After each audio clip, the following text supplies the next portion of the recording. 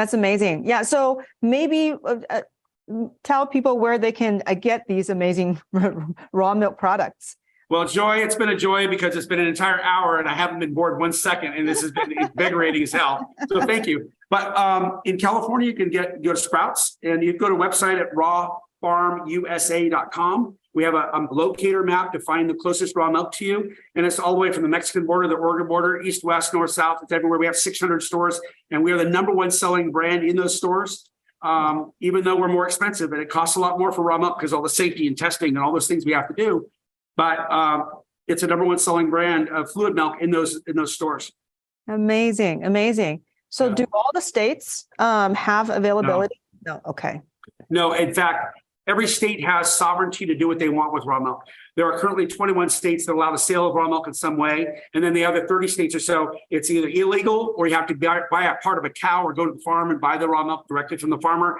But I'm very proud to say that the Raw Milk Institute, which I'm part of, just helped get raw milk legalized in Iowa.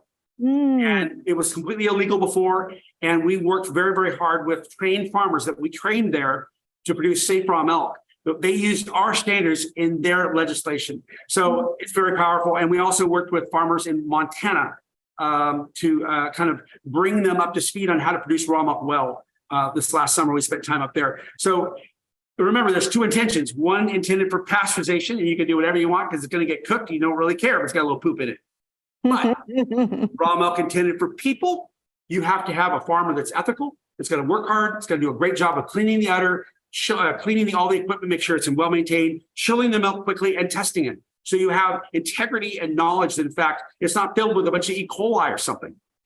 We test for every pathogen every day. And none gets out of our food chain here at our farm or the creamery without a negative certificate of analysis from Food Safety Net in Fresno. So we have our act together when it comes to food safety integrity, and we're pioneers in that nationally and internationally. We've trained farmers in Great Britain, Australia, New Zealand, all across Canada, and the United States. And we're the world leaders in that whole issue because raw milk is a powerful food.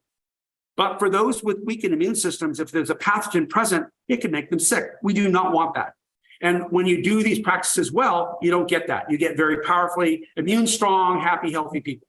Yeah, amazing.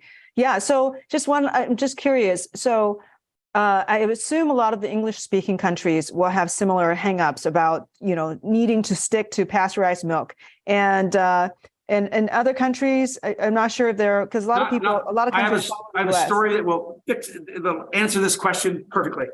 We sell a lot of raw milk at farmers markets in Los Angeles, Santa Monica Farmers Market and other farmers markets. And I would go down there quite a bit, especially in the first 10 years. And you would hear a strong accent, a Russian accent, a German accent, some Eastern Europe, and they'd come up and say, "I need 10 gallons, please. Thank you." And they have beautiful children, and the moms are sexy, beautiful things. They're beautiful. And their teeth are gorgeous. And the kids are well-behaved and gorgeous. And I was like, "Here you go, ma'am. Thank you so much." And then you get another mom that's not looking so great, coming in with her ragamuffins behind her. And she goes, "I'm not so sure about this raw milk thing." I said, "Well, why don't you talk to this Russian gal and you guys straighten it out and come back to me and talk to me?" Because it literally is a indoctrination in our culture. Because in Russia, Bulgaria, all the Eastern Bloc, raw milk's been part of their lives forever. It's never been something that's been shunned. It's been something that's been embraced. In Mexico, until the last 20 years, it's been very much embraced as well. South America, the same.